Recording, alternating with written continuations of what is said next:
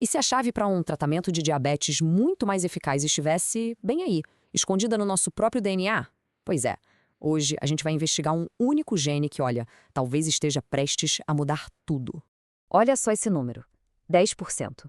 Pode não parecer muito, mas essa é a porcentagem de pessoas com diabetes tipo 2 que talvez estejam recebendo um tratamento menos eficaz, simplesmente por causa da genética.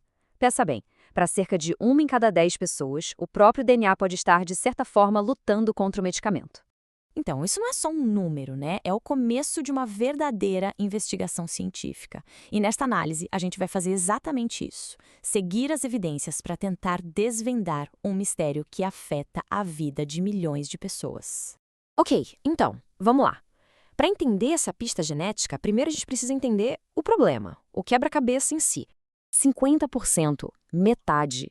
É impressionante, mas mesmo com todos os tratamentos que existem hoje, quase metade das pessoas com diabetes tipo 2 não conseguem atingir as metas recomendadas de controle de açúcar no sangue. É um desafio gigantesco. E uma parte enorme desse problema é que a abordagem atual é muitas vezes na base da tentativa e erro. Sabe, tenta um remédio, não funciona direito, tenta outro. É um processo que não leva em conta as diferenças biológicas de cada um. É quase um tamanho único que não serve para todo mundo. E é aí que entra o que seria o cenário ideal, né? A tal da medicina de precisão. A ideia é revolucionária. Um tratamento que pode ser feito sob medida, ajustado para a composição genética única de cada pessoa. É exatamente nisso que os cientistas estão trabalhando. Beleza, mas como se chega lá? Bem, a investigação começou procurando pistas no DNA e não demorou muito para encontrarem um suspeito principal.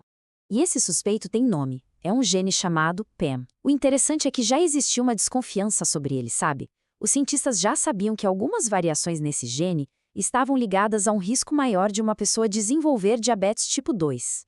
Para a gente entender o papel do PAM, vamos imaginar que ele é tipo um funcionário do controle de qualidade numa fábrica de hormônios. O trabalho dele é dar o toque final, o carimbo de ativação em hormônios super importantes, como o GLP-1, que ajuda a regular o açúcar no sangue. Sem esse ok final do PAM, o hormônio simplesmente não funciona direito. E aí os pesquisadores descobriram duas versões com defeito bem comuns desse gene. Uma delas corta a atividade da enzima em mais da metade e a outra em 20%. Ou seja, voltando para a nossa analogia, é como se o nosso funcionário do controle de qualidade estivesse trabalhando bem mais devagar. Até aqui, tudo parece bem lógico, né? Um funcionário mais lento deveria significar menos hormônios ativados. Simples. Só que não. É exatamente aqui que essa história dá uma virada completamente inesperada. A expectativa era clara.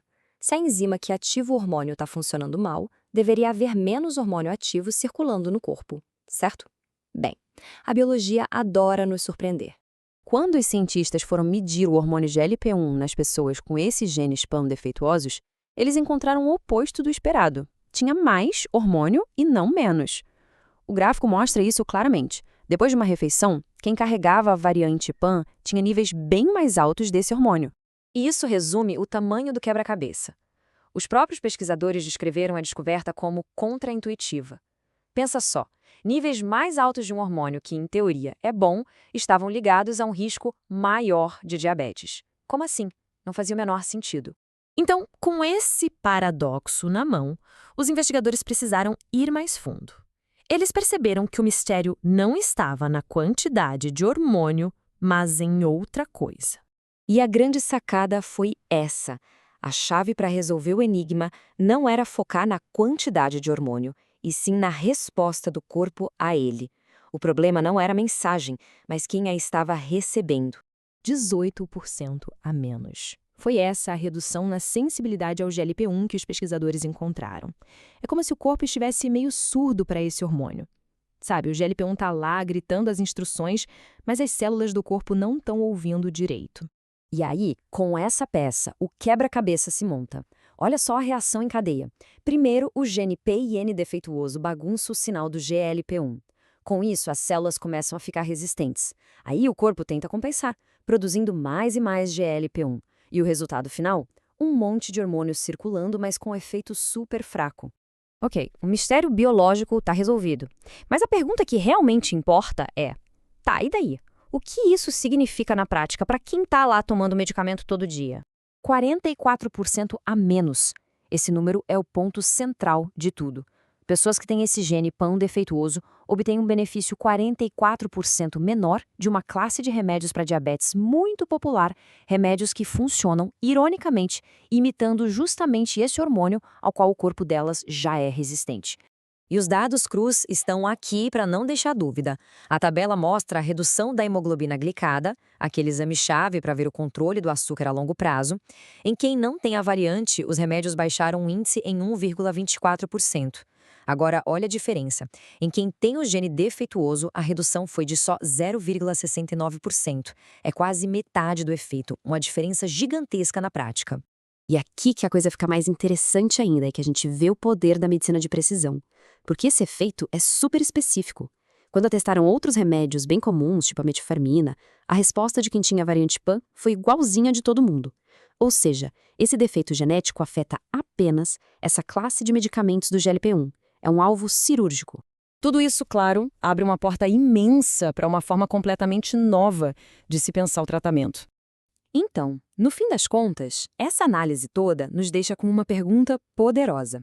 Imagina só, e se um teste genético, um teste simples, pudesse dizer logo de cara qual remédio vai funcionar melhor para cada pessoa? Essa pesquisa mostra que, pelo menos para o tratamento do diabetes, esse futuro talvez esteja bem mais perto do que a gente pensa.